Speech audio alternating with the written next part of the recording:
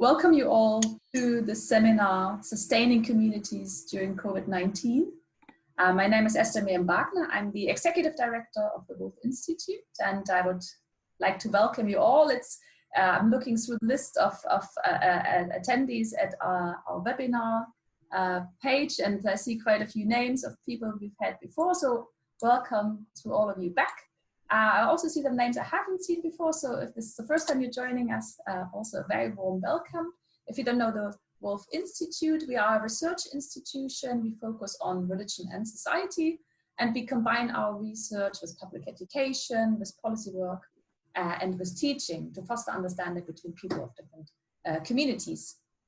We are very, very pleased today to have a very distinguished panel with us. This will be a three-way conversation with Rowan Williams, Saida Warsi, and Ed Kessler, and we will explore the impact of the coronavirus on communities, local, regional, and national. So questions we will be asking include, are new forms of communities coming into existence, and will they last? Will our appreciation of the local neighborhood be sustained in the long term, and what role does religion play? Each speaker will consider issues from Muslim, Christian, and Jewish perspectives based on their personal experiences as leading figures in their faith communities. The speakers will also respond to each other's reflections and then answer questions from the audience.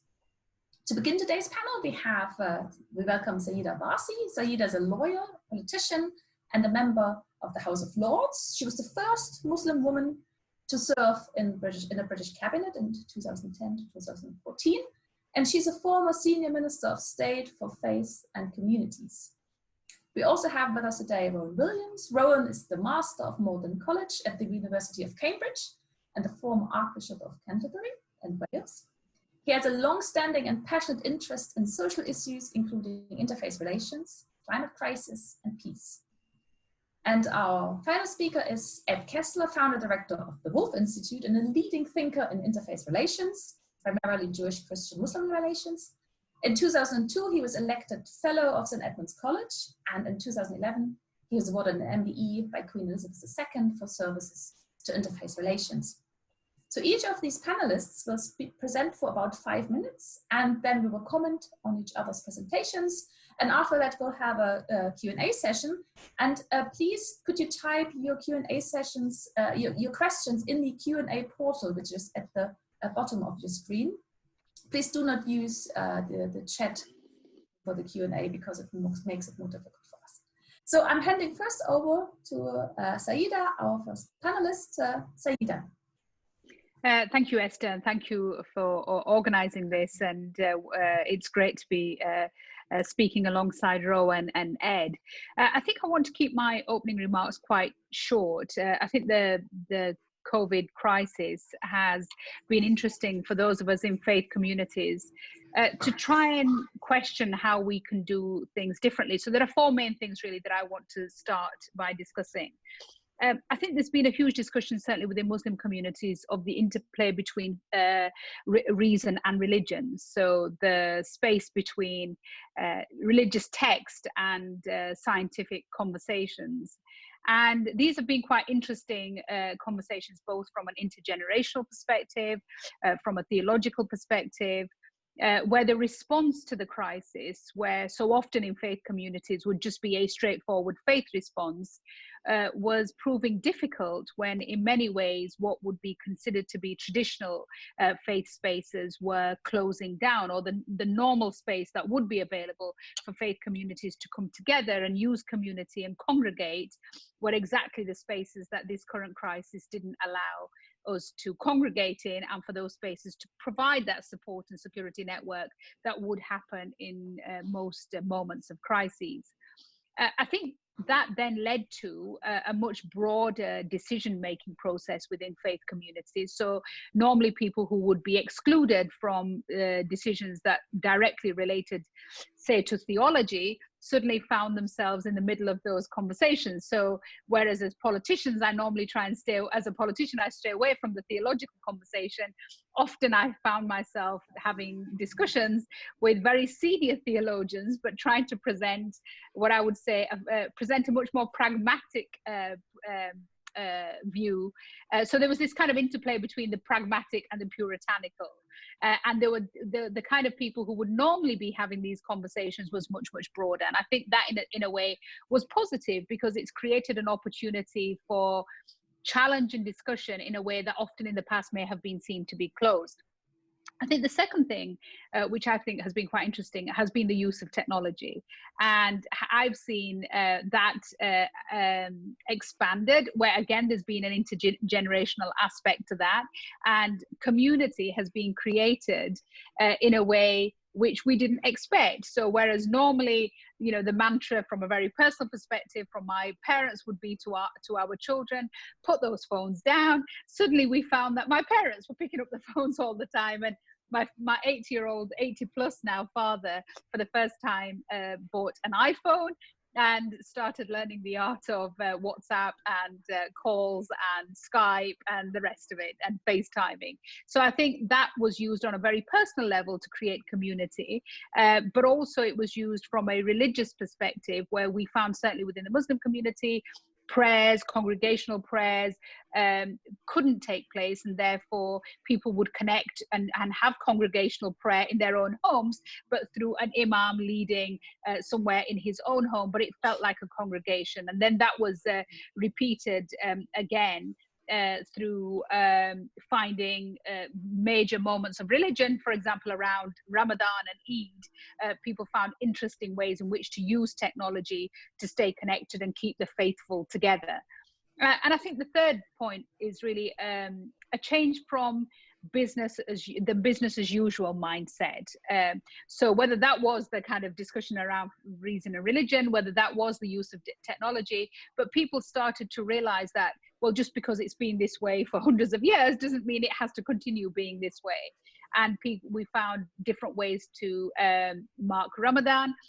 We found different ways to have iftars together. People found interesting ways to do charity and community work, often where much of the charitable work was done for overseas causes. Much more of that became focused in their local communities, including feeding the NHS, feeding the poor, feeding the vulnerable, supporting people by just going out and shopping. The kind of things that we were expecting community to respond to fell at a very timely, in a very timely way for the Muslim community, because Ramadan, the month of Ramadan, is all about charity and giving and community. So people found very interesting ways to do that. So it wasn't business as usual. At Eid, for the first time, we had Eid decorations up, which we wouldn't normally do, because Eid would normally be at my in-laws and then at my parents' house. So this time Eid was at home. So we had to find a way of doing Eid, which wasn't the way in which our parents would have done it. And we ended up having, you know, fairy lights up. We ended up having bunting up. We ended up baking cakes, and then we ended up doing Zoom calls with getting the whole family involved and almost sharing the Eid meal, but actually virtually. So I think the way that we felt that things could be done differently, which allowed even people like of my generation to start engaging with our children who are now grown-ups as to how they see their faith and how they want to live out their faith in these moments of celebration or marking religious festivals. And I think the final thing for me during this COVID crisis has been a moment of personal spiritual reflection. Again, taking the example of Ramadan, for people like me, Ramadan often ends up being, you know, running from iftar to iftar to iftar. There's lots and lots of big public iftars, and often the essence of what Ramadan is about, which is about focusing on personal spirituality and a moment to shut down and shut things out and reflect and think and focus on personal well-being and reassessing your own kind of values and outlook, doesn't happen because you're so busy doing the public form of Ramadan. So I think this time, particularly in Ramadan, but over the last 2 or 3 months, certainly I've done a lot of personal reflection around, you know, who I am, what I want. You know, the COVID has, in a really painful way, I suppose, in terms of how many deaths we've had and the loss that people have suffered during this time, has also allowed space for people to think. And I think that space, therefore, has allowed people to reassess their own religious connections. And I certainly feel far more focused in terms of spirituality and faith now at the end of this than I would normally have felt I think at this time of the year in terms of my own kind of general well-being. So I think those are the 4 things that I wanted to kind of outline, and then looking forward to other people's contributions and questions. Thank you very much. Thank you very much, Zaida. Handing over to Rowan. Thank you very much. I'm very grateful for the opportunity to take part in this discussion. And some of what I say will echo some of what Zaida has said, but there are 1 or 2 other emphases and concerns that might be worth flagging here. We got into the heart of the crisis just as we, as Christians, were embarking on Holy Week and Easter. And I think that was a particularly difficult thing for many people, not least because around Easter is a time when many Christian communities are, so to speak, out and about rather more than they might otherwise be. Open air events, processions, and the like, and none of that was possible. So I think right from the start, from the first couple of weeks, Christian communities were up against that sense that the ordinary visibility of their lives of prayer, was just not accessible. And it's interesting that a number of people have written about missing singing together, music being a crucially important part of all this shared musical activity. And certainly when I think about that, that's one of the things that I personally rather miss. But looking at other questions and rather wider questions, certainly I valued, as Zaida has, a certain lack of pressure to be out and about. And although it's been a busy time for us here in college, nonetheless, it's been possible to have a slightly more regular daily pattern and to know a bit more clearly, strange as it may seem working from home, when you can switch off. And that's been important, especially as we've had family around, sort of isolated with us. A lot of Christians have found that there's a real challenge in thinking through the nature of sacramental life in the church. You know, normally we would be receiving the sacrament at the Eucharist very regularly, and the question that so many people have been asking and not really finding an answer to is, what does it mean to live out Holy Communion when we don't have that visible, tangible sign of it week by week or day by day? And a lot of debate, a lot of discussions gone on around that. So I think that that's been one of the pressure points. And as I say, I don't think there's been much of a definitive reply to it. But I'd like to put a couple of other things into the mix here for discussion, some positive, some negative.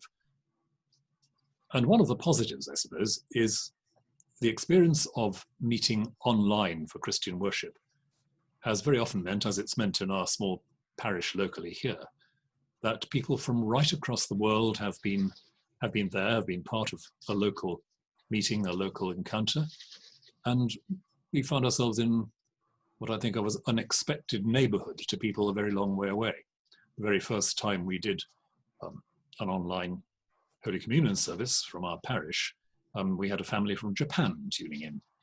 And that sort of thing continues as, I think, from many congregations, a routine element.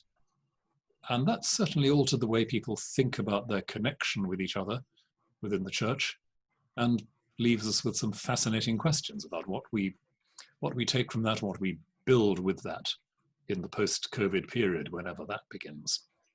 But certainly that unexpected neighborhood, unexpected proximity has been something that's given a lot of people a lot to think about, and I would say is broadly a very positive thing.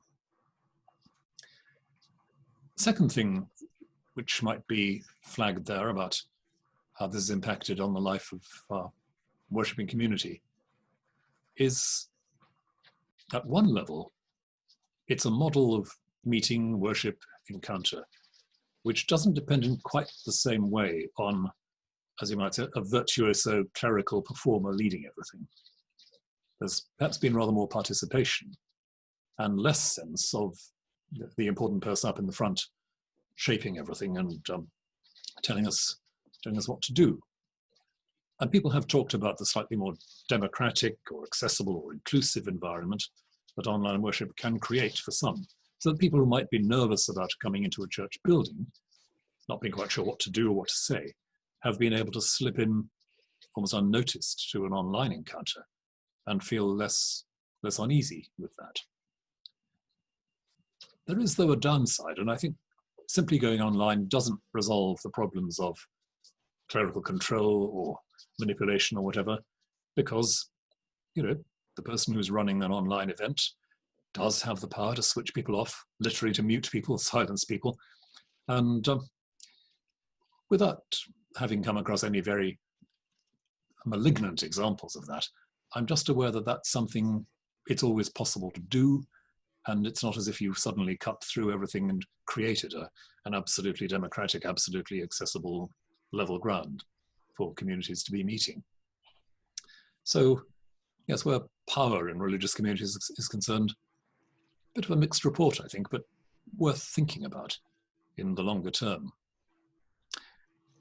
And then there's one other point I'd want to make here, which is that in every kind of institution, every kind of community, quite a lot is done by what you might call non-intentional, accidental encounter.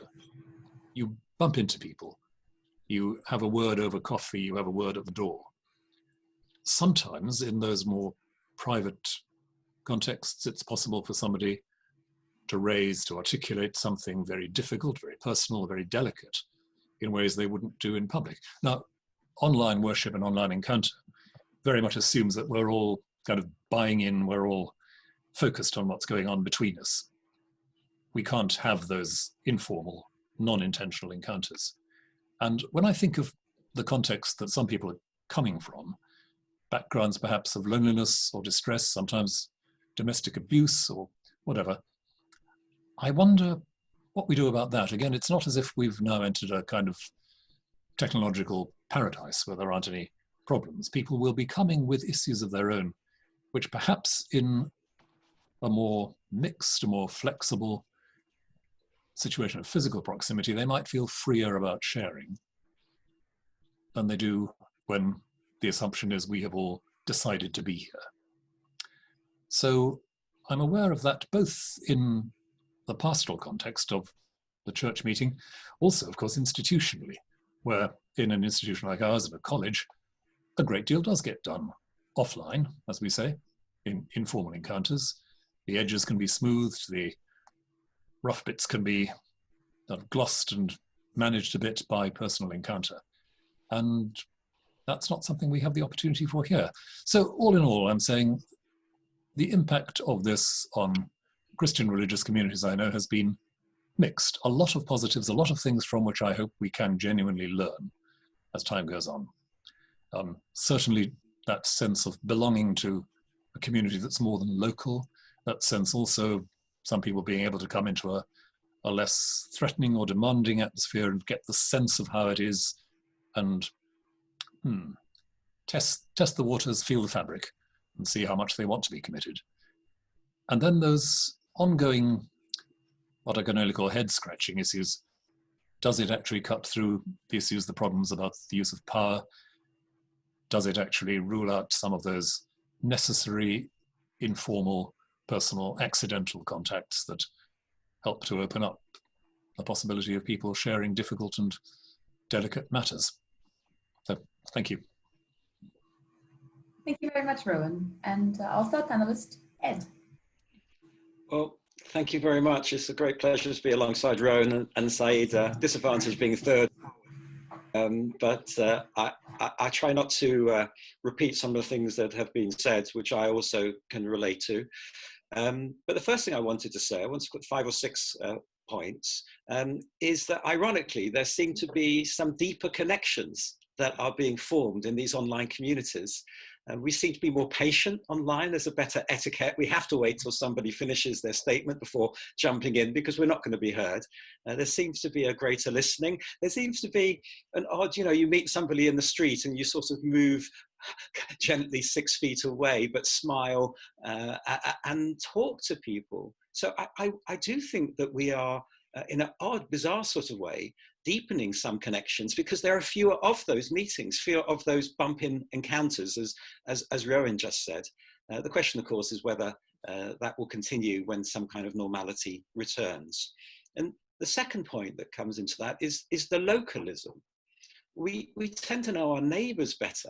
I mean, we might know who lives in next door or in the next flat or so on, but we don't necessarily know people living on the streets. And somehow, whether it's the NHS clap or whether it's these small acts of kindnesses, we do seem to get to know our neighbours a little bit better. And again, that togetherness is something that COVID-19 seems to be bringing. But the challenges that Saida and Rowan raised are fundamental to Judaism as well. It was around Passover, of course, that the lockdown started, and big discussions about whether we could connect and whether we could have virtual seders, which many Jewish families did manage to do, and many did not, because their observance was such that they wouldn't be able to go online. And so it raised these big questions for all faith communities. An obvious one is the funeral, not just the closure of religious buildings, as Saida touched on, but how do you perform funerals with such a small number of people? How do you facilitate participation? So certainly in the ultra-Orthodox Jewish community, great efforts have been made to enable people to participate, even if the hearse goes on a sort of diversionary route to the cemetery, so people could come out on their doorsteps and pay their respects, or to log on and follow the service online. And somehow that has provided some kind of sustenance, if you like, some kind of connection with those who are grieving. This question of the closure of religious places of worship had a very interesting impact in Israel and Palestine.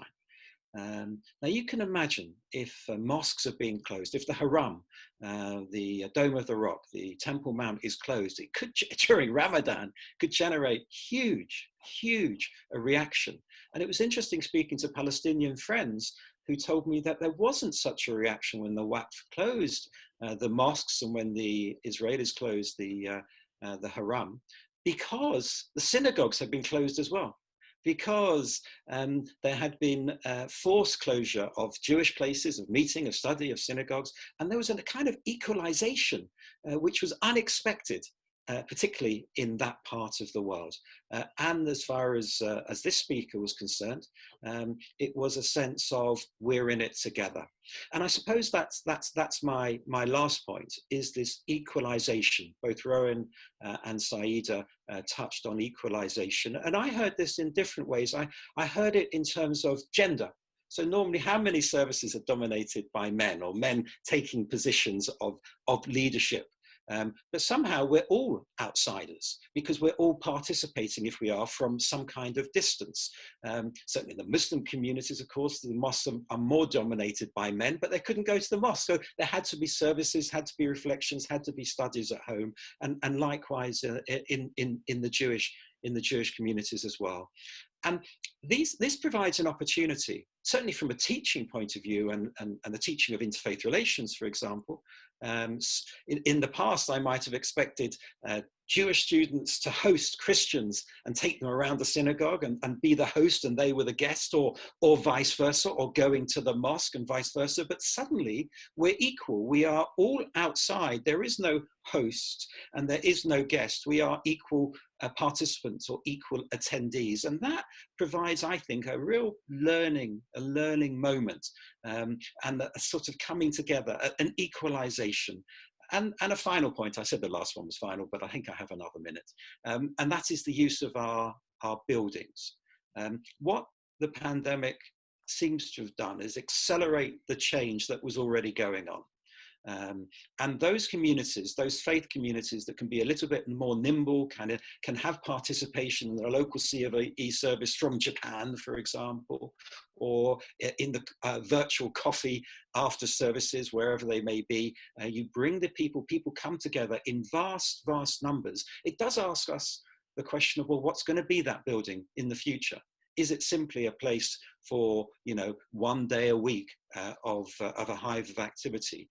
And the answer, of course, is no. And unless we get our religious buildings working for us in a way that really is a post-COVID-19 situation, then it will not just be the faith communities that will be struggling, it will be the religious buildings, which cost so much not only to construct but to maintain. And there is an opportunity from a Jewish point of view that our religious buildings become a real Beit Knesset, a real place of meeting, whether it's a community centre, whether it's a school, whether it's a social meeting house, whether it's a play group, and whether it's a place of worship as well. So I think the religious buildings are probably going to change quite substantially regardless of the long-term implications of COVID-19. So the acceleration of change, if you like, is the theme of these remarks. Back to Miriam. Thank you very much, Ed. But now I encourage people to type questions into the Q&A, and I think we can use the time among the panelists to respond to each other. So, do you have anything to add to what Rowan and Ed said? No, I think I suppose the thing that I hadn't anticipated is what Rowan said, which is that the physical encounter sometimes allows a conversation to take place informally. And obviously I'm familiar with that from a political perspective, where so much work politically is done offline in the corridors rather than through emails and through formal meetings. But I hadn't anticipated, which, because I'm not in a religious leadership position, how important that was for congregations really, and the flock to be able to approach somebody within a religious setting. So I think that's a really important point which I hadn't considered. But again, I think it touches on what Ed said, which is that often within Muslim communities, it's not as regular for women to be going to the mosque, and therefore those are not encounters that we would be used to having, and therefore I suppose it wasn't something that I immediately would feel was missing. So I think that is something really interesting to focus on, because I think this format technology does allow people to participate, but does take away the space to have those really informal private conversations which you can have at the back of a church, or in a coffee shop, or outside, or when you're performing your wuzu, or those kind of informal spaces. I think the one thing I really took away from your talk, Saida, was the disruption leading to conversations between people who don't usually converse. And I think this is something that we have all experienced, that suddenly we see these connections emerge that previously we simply didn't have. Rowan, would you like to add something? Just 2 points. One is on that last thing. I think for some people, there's been almost a permission to be a bit more serious, to explore a bit more.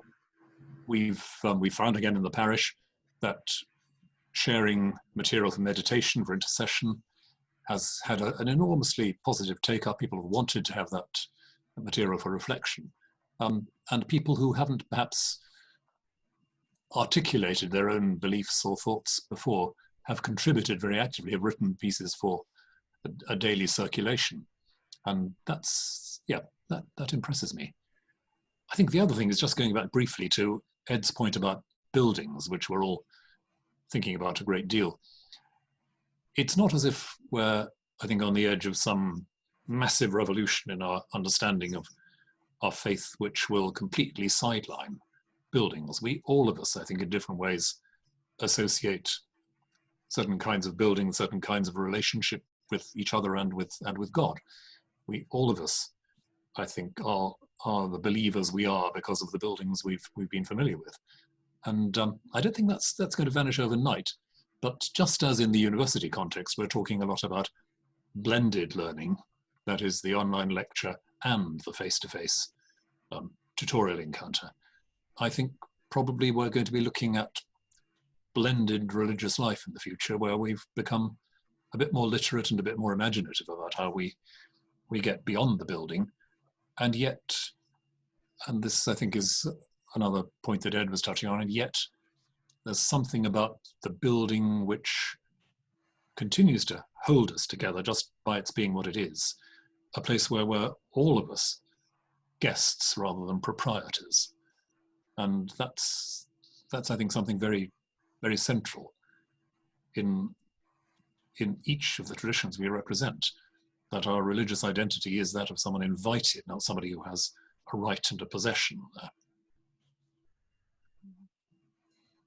I mean, since you just mentioned building, this is something I've also experienced. We went on a lot of exercise walks within our group of people in lockdown together. And I really noticed, this is probably to do with the fact that we are here in Cambridge, where we don't have many big buildings, but suddenly big churches seem a lot more impressive and a lot more attractive. Or we walked by a few mosques and it was the same thing. Suddenly these places of communal gathering seem much more interesting and much more sort of alluring. So that's an effect that will carry on afterwards. So we have quite a few questions now, and I'll start reading the first one from Mary. This question is for any of the panelists. Have you noticed an increase in any followers since the lockdown? I mean, many people are scared and lonely, and I'm curious if any new people have reached out to your religious communities looking for guidance, community, and comfort.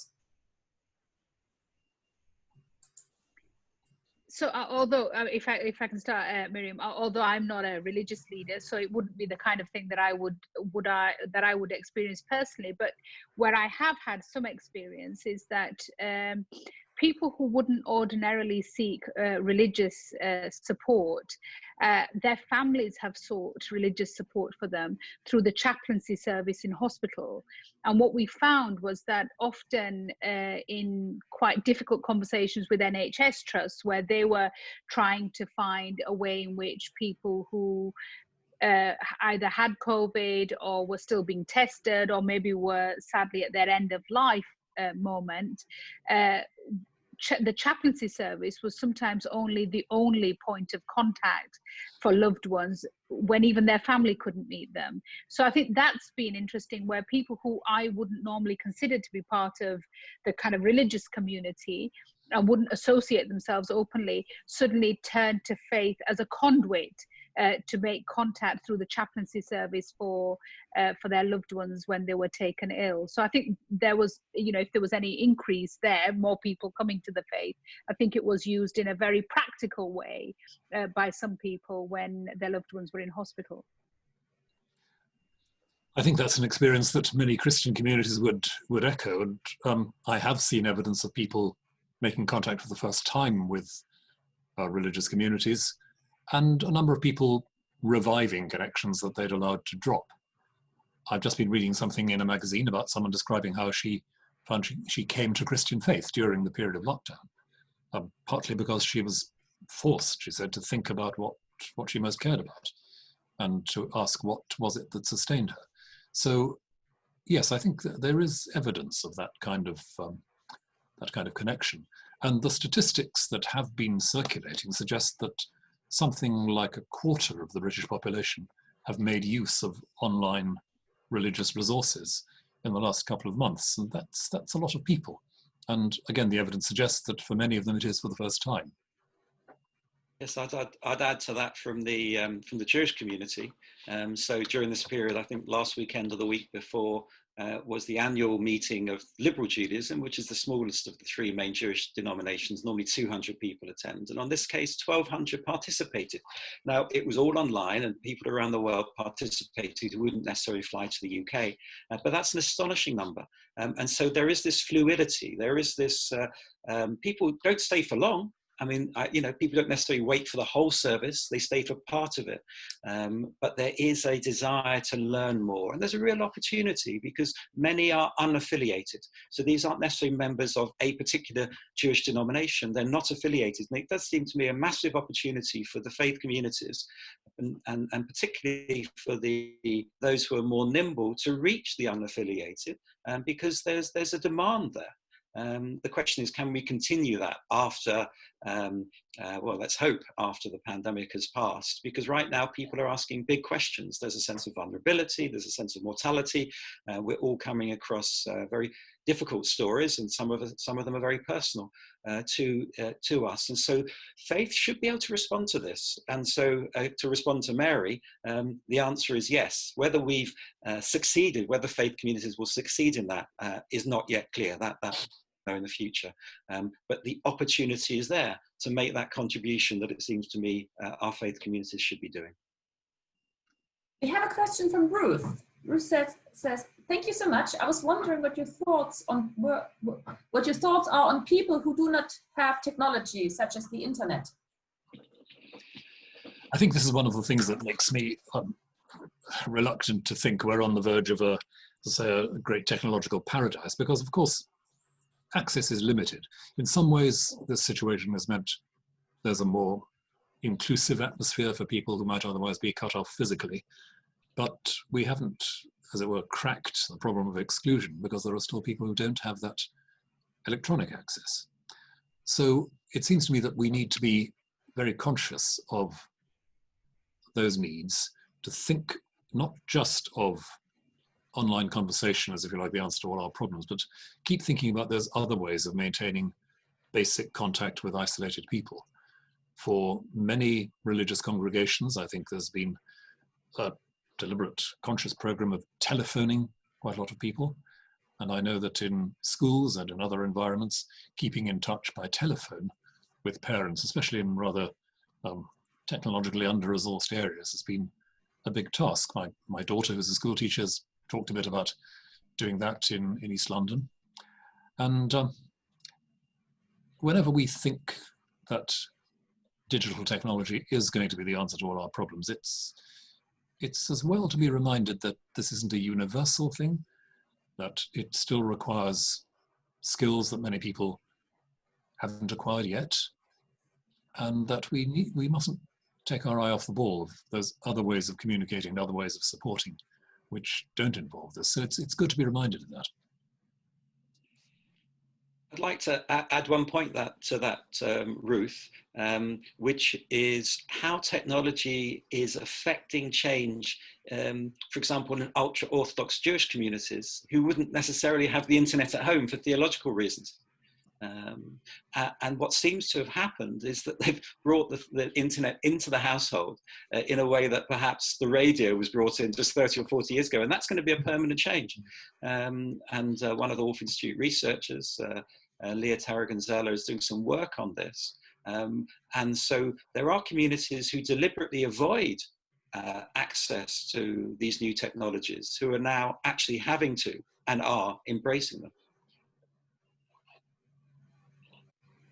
I think the only thing that I would add is that there are traditionally people who wouldn't normally access congregational prayer did during this period access congregational prayer, and therefore I think predominantly women who wouldn't traditionally be part of certain prayers in certain theological kind of sects found themselves being able to listen in and being able to partake because it was all done remotely. So I completely take on the point that Rowan has made about access to technology, but I do still fundamentally believe that it is such an empowering way in which to have more people heard and more people participate, providing that we can be aware uniquely of both the skill set but also the resourcing in certain communities having access to technology. But I do see a huge growth in that as time goes on, and also a way in which people who traditionally couldn't access these religious services, I suppose in the past it may have been that the mosque or the church or a synagogue was miles and miles away, and you wouldn't be able to attend every service. And now where we find our children are moving into areas where there are not large numbers of Muslim communities, they can hopefully still continue to participate in congregational religious life through technology.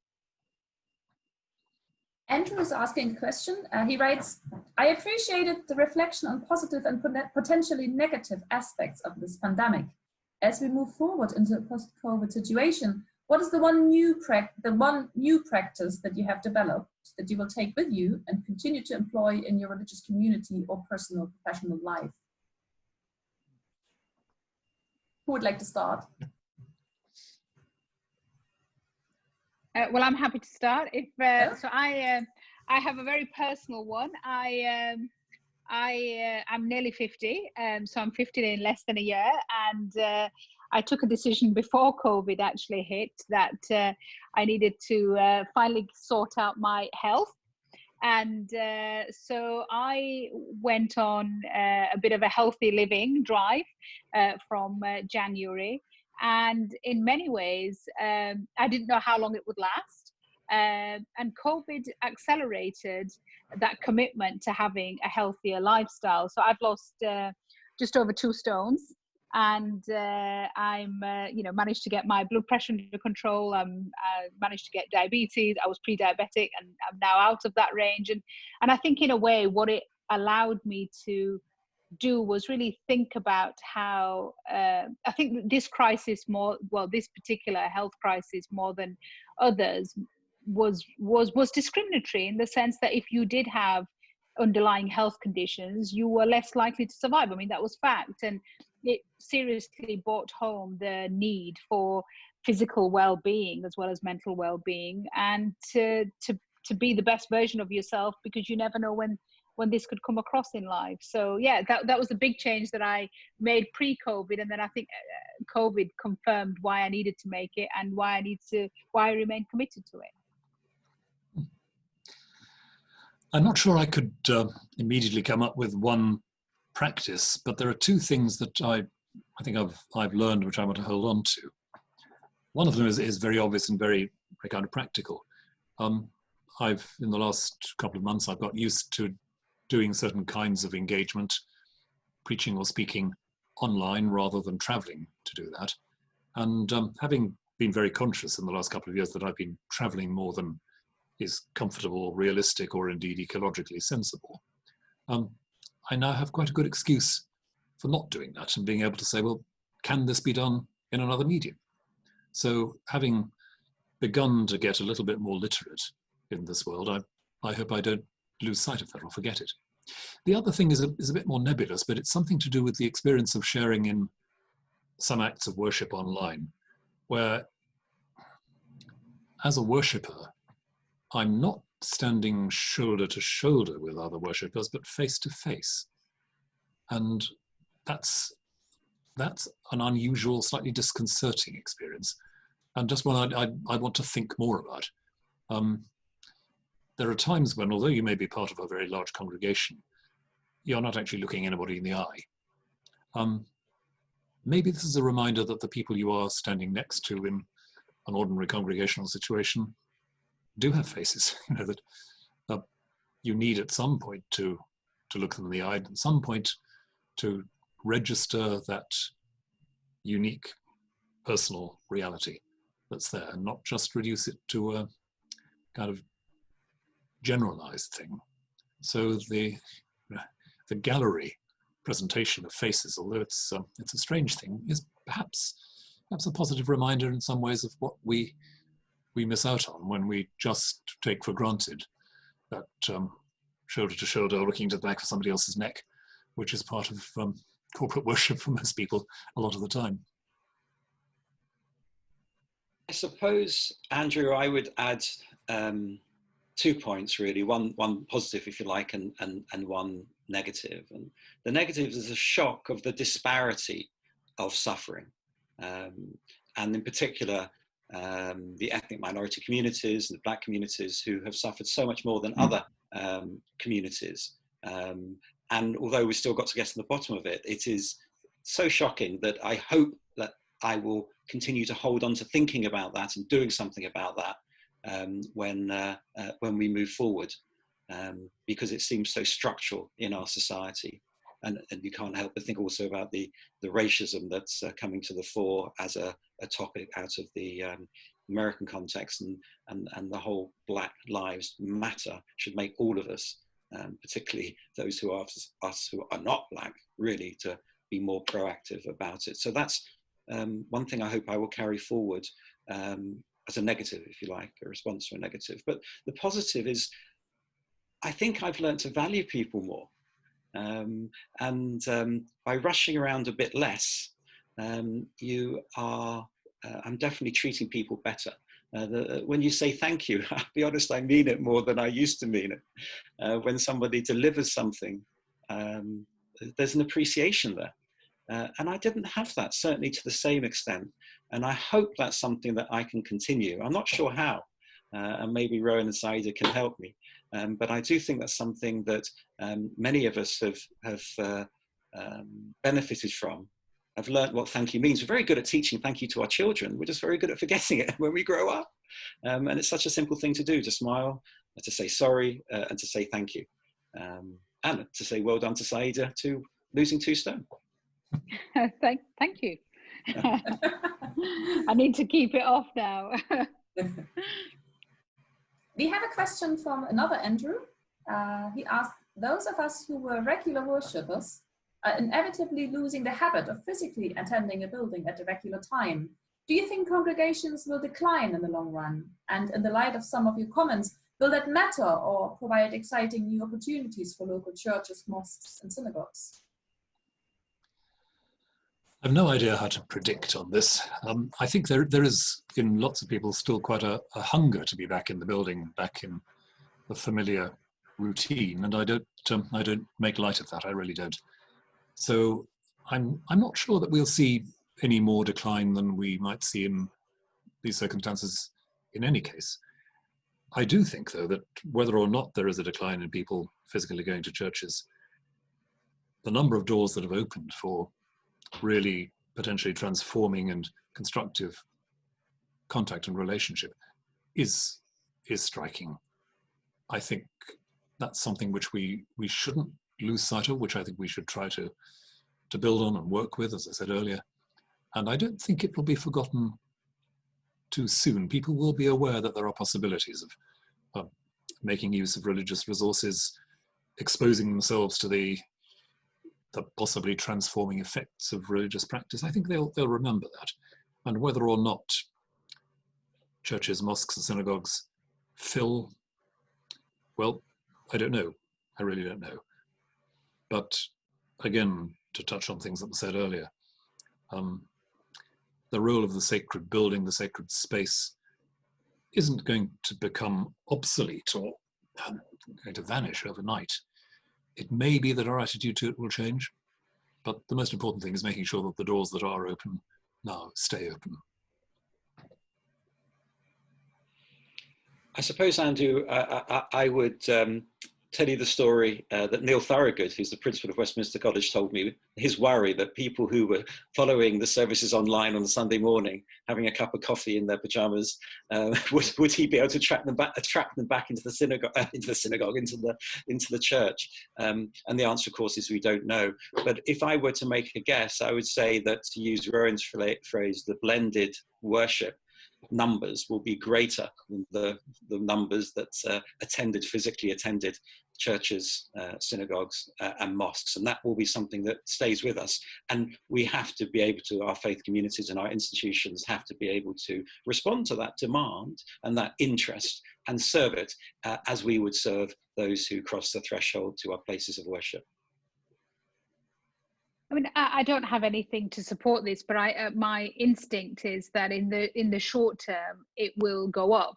I think in the short term, because we've been missing the opportunity to be together, I think there will be a bit of a novelty about meeting up again. So, for example, Eid namaz, I think if congregational prayer is opened, I can imagine very, very large open air Eid namaz congregational prayer at the next Eid, which is at the beginning of August. And, you know, if the weather is good, I think there'll be a real kind of atmosphere around that. So you'll find more people turning up with their families, and people using it as an opportunity, not just to pray and rush home, which often happens, but actually to hang around and meet people they haven't seen for a while. So I think my instinct is that initially we'll probably see an increase in more traditional worship and people attending the mosque, and but then I think it will probably just go back to the people who used to attend regularly will probably carry on attending. I know my dad, who attends the mosque regularly, has really missed that physical space, and it's one of the questions he asks me continuously, as if somehow I have some sort of direct knowledge of what the government's going to do next in terms of the easing of the lockdown. And he says, well, do you know when mosques are going to be allowed to be open? So I think for some people it's a big part of their lives. They've missed it, they want it back, and we'll go back to that worship. And for others, I think it will be probably a bit of an exciting time to go back, and then we'll probably settle back down to not going as often. Delicia is joining us from South Africa, and she's asking how do speakers see the effect on rituals and doctrines that require personal contact?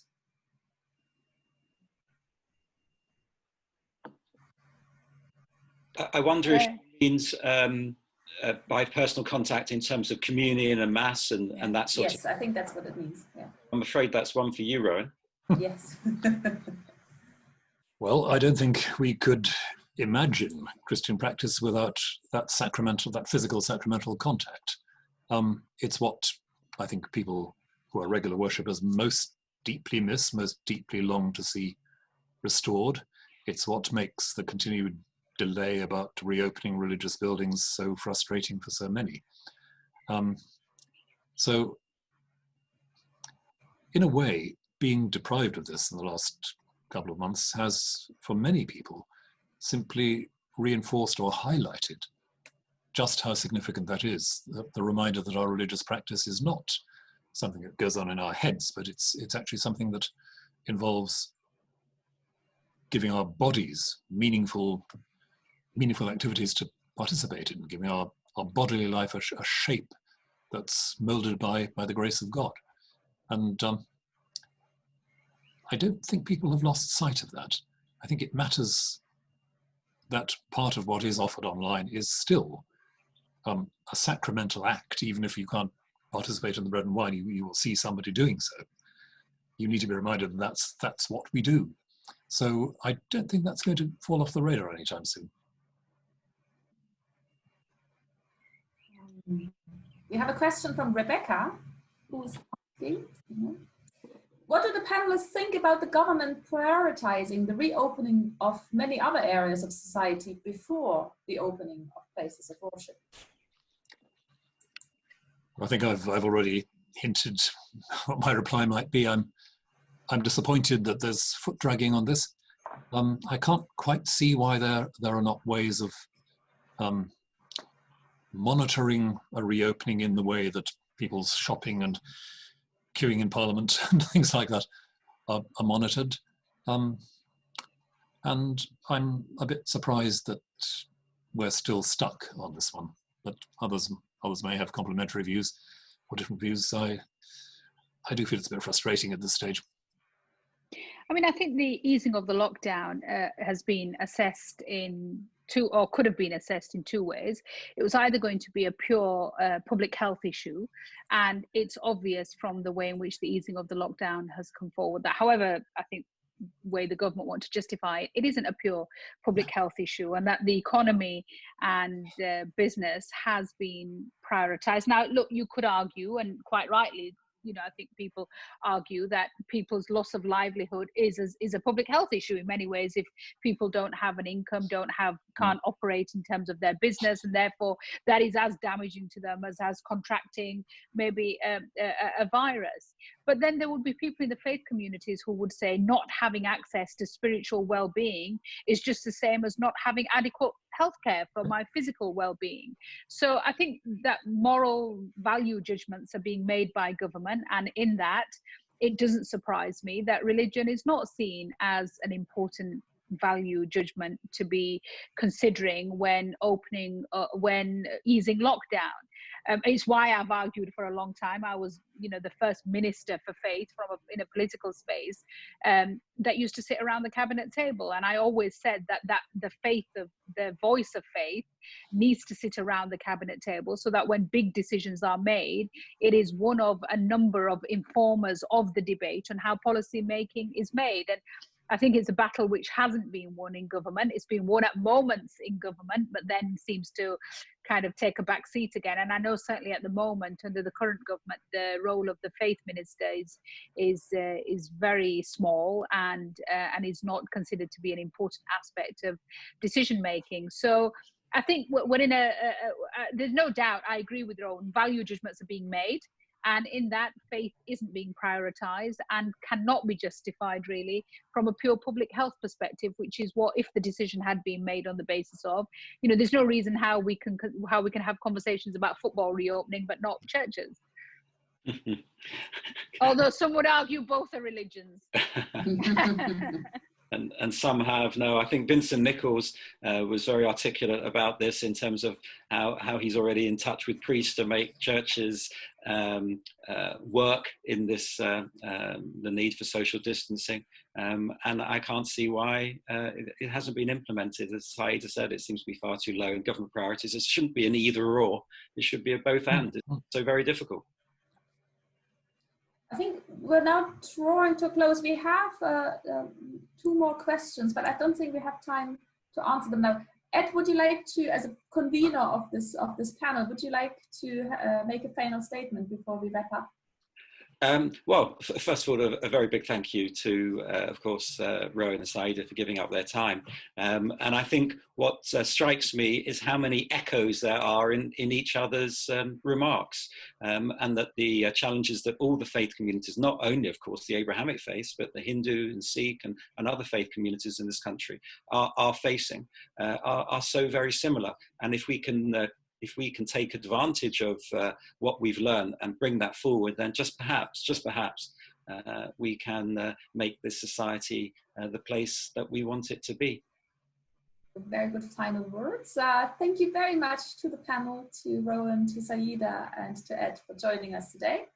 I hope you all enjoyed it, and please join us for future webinars as well. And I hope we'll see you very soon.